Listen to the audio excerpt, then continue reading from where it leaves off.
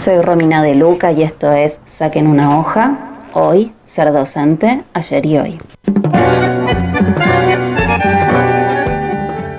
Gustavo, oyentes. Bueno, hace un año, para esta misma fecha, en esta columna, nos ocupábamos de reflexionar sobre qué implica ser docente.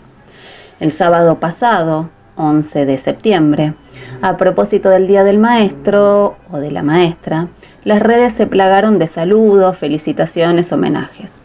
Me gustaría que usemos la ocasión para continuar reflexionando sobre la carga de sentido del ser docente. Pero antes, quiero recordar a los más de 147 docentes y no docentes que a lo largo de este año fallecieron como resultado de la presencialidad escolar criminal. Muertes evitables y comunidades educativas y también familias a las que les faltan compañeras y compañeros. Ser docente ayer y hoy. Lo cierto es que hay una profunda y larga construcción sobre lo que implica ser maestra. Ficciones, novelas, programas de TV, literatura, testimonios que nos hablan de ese ser docente. Pero si nos limitamos a la estructuración del sistema educativo, al momento de creación de ese cuerpo profesional de señoristas maestras, un docente, y tendríamos que hablar en realidad en femenino, porque vamos a hablar de un trabajo centralmente de las mujeres, ¿no? Esas primeras docentes no eran obreras, eran reclutadas de la pequeña burguesía o eso que coloquialmente se denomina clase media. La docencia era una salida profesional que otorgaba estudios superiores, si entendemos por superiores a la escuela normal de la época que se desarrollaba como nivel secundario. Para ingresar efectivamente se requerían estudios primarios completos y ser mayor de 16 años.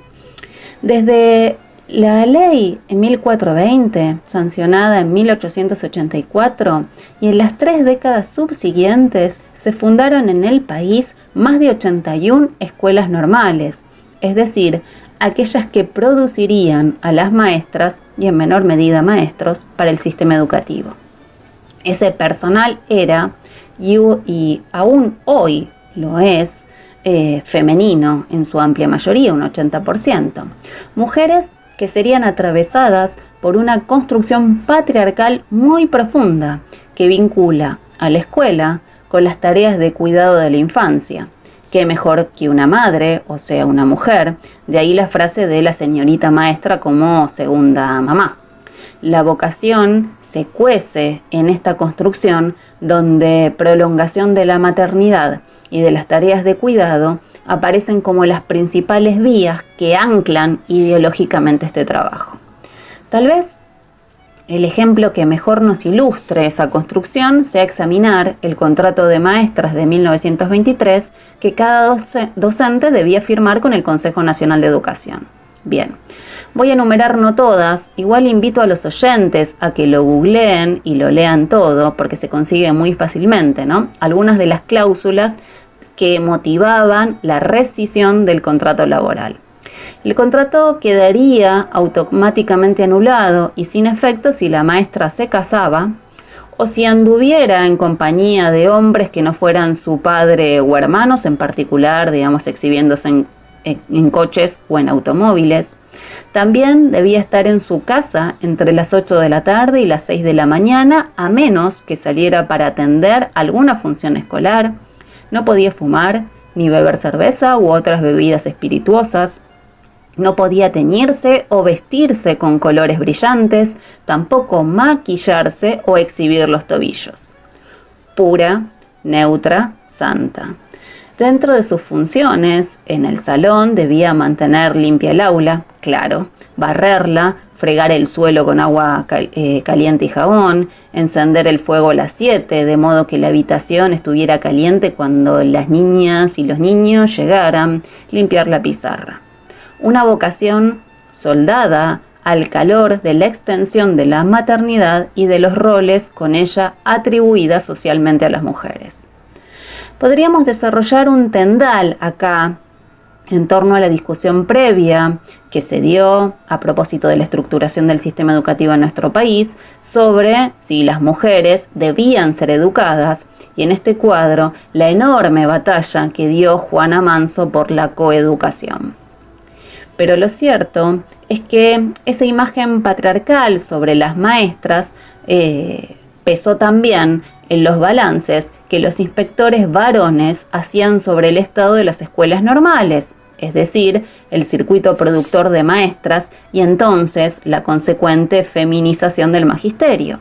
A principios del siglo XX, Mercante decía que la carencia de maestros varones era un problema social, ya que las mujeres carecían de los atributos necesarios para dar al niño que termina en la escuela primaria direcciones morales de educación cívica y carácter.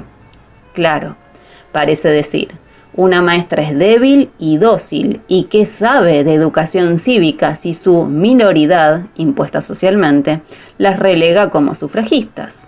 También, en los orígenes del sistema educativo, se consideraba que promover mujeres como docentes no sería tan conflictivo, y no lo fue en nuestro caso, y se trataba de pragmatismo puro, porque resultaban más baratas en su remuneración que sus pares varones, sumado a que sus compañeros elegían el circuito universitario, la política o la literatura.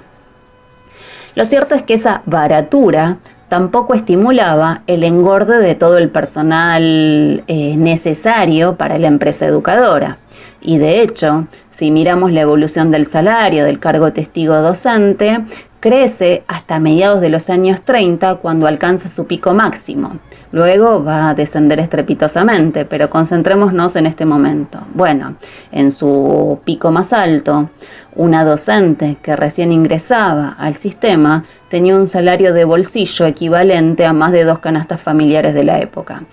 Lo dijimos hace un año, pero conviene recordarlo. Esos valores nos parecen impensados, imposibles hoy, pero guardan relación con la expansión del sistema educativo, crecimiento que tiene un envión a principios de siglo con las luchas obreras de las y los trabajadores, porque el celeste aparece como el mejor antídoto para apagar el rojo, es decir, nacionalismo, contra la conciencia de clase.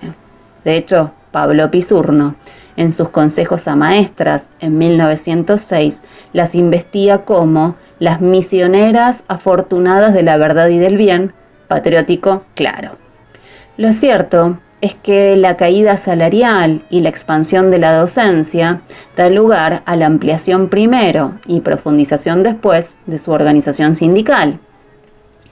Este proceso se desarrolla con fuerza desde fines de los 50, pero esto no quiere decir que no existieran sindicatos docentes antes, que van a desafiar esa construcción vocacional patriarcal sobre la docencia, ¿no? De hecho, la tradición sindical docente data de 1910-1920, cuando se crean los primeros sindicatos docentes a manos de anarquistas y socialistas, y se realizan las primeras huelgas articulando con otros trabajadores. Incluso la primera huelga docente que se registra en nuestro país data del siglo XIX, del año 1881.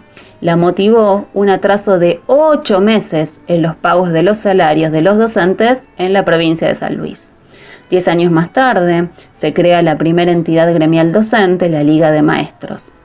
Posteriormente, a inicios del siglo XX, surge la primera Asociación Profesional de Profesores. A lo largo de todo este periodo, la ausencia de normas generales que regularan la actividad jugaba en contra de la organización de maestras y maestros. Recordemos, si no, el contrato de maestras con toda esa serie de cláusulas patriarcales y moralizadoras que además se firmaban uno a uno. Y en este cuadro de desorganización, inclusive, el principal gremio de la educación bajo el peronismo, la gremiación del docente argentino, que hoy sigue existiendo y es el sindicato UDA, prestó colaboración bajo el peronismo para la destitución de las y los docentes opositores al peronismo, compartiendo el sindicato esa labor de control ideológico, habida cuenta que la patria es peronista, claro está. Ese cuadro empieza a cambiar en los años 50. De hecho, las luchas por la sanción de un estatuto que regula el trabajo de la docencia impulsan el surgimiento de nuevas organizaciones a nivel nacional y provincial. Y una de las primeras grandes huelgas en la provincia de Buenos Aires se inscribe en este proceso. Data de 1958 e incluyó piquetes de maestras frente a las escuelas, una acción de largo aliento que terminó en victoria. El ascenso de la lucha de clases en los años 60 impulsó nuevas batallas, alianzas y creación de organizaciones nuevas que convergerían hacia 1973 en la creación de la Confederación de Trabajadores de la Educación de la República Argentina, es decir, de la CETERA. Esa etapa estará atravesada por debates políticos entre las distintas tendencias que estructuraban a las y los docentes. Las reformas implementadas por Onganía a fines de los años 60 con la creación de la Escuela Elemental Intermedia, eso que será la protoestructura del EGB de los 90, y la propia reforma que se desarrolló en esos años en la formación docente, impulsaron la lucha y la organización que confluyeron con una serie de demandas gremiales.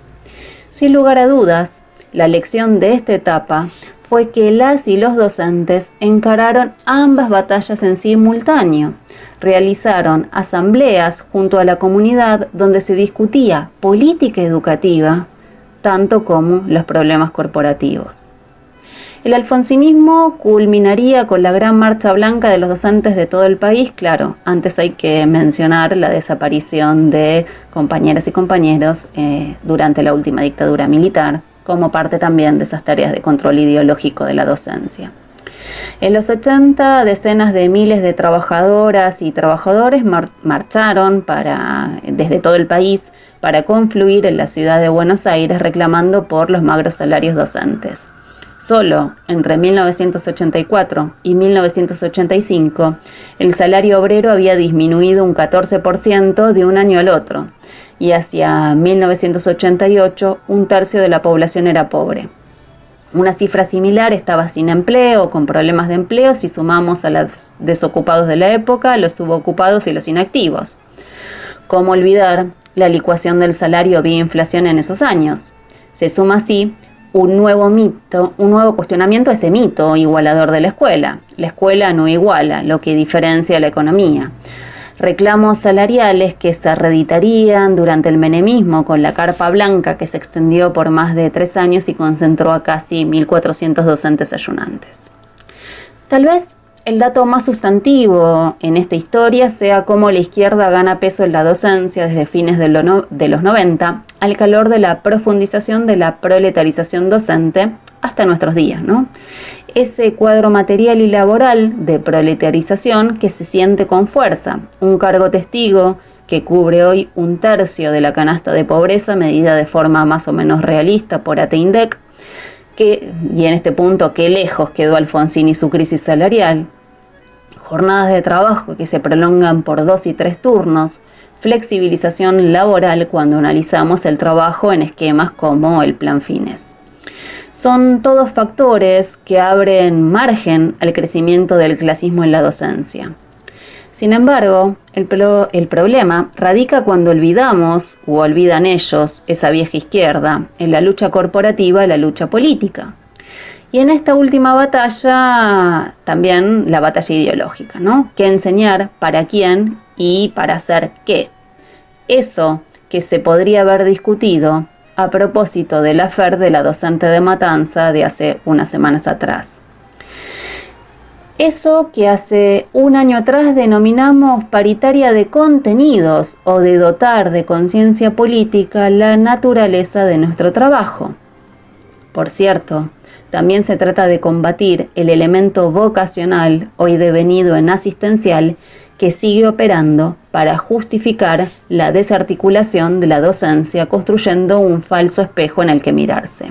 Así, Gustavo, oyentes, cuando la dulce señorita, maestra, mamá, digo seño, se reconozca en el piquete, tal vez se transformará en la compañera que cambie el sentido de los rituales escolares, para abandonar la nostalgia y construir la felicidad futura, la escuela de la verdad, esa que enseña y construye vida nueva, esa que solo puede ser socialista, esa que será el verdadero homenaje a la docencia en su día, todos los días. Amigos, sigan escuchando la radio de Vivido Equivocada, que lo demás es silencio.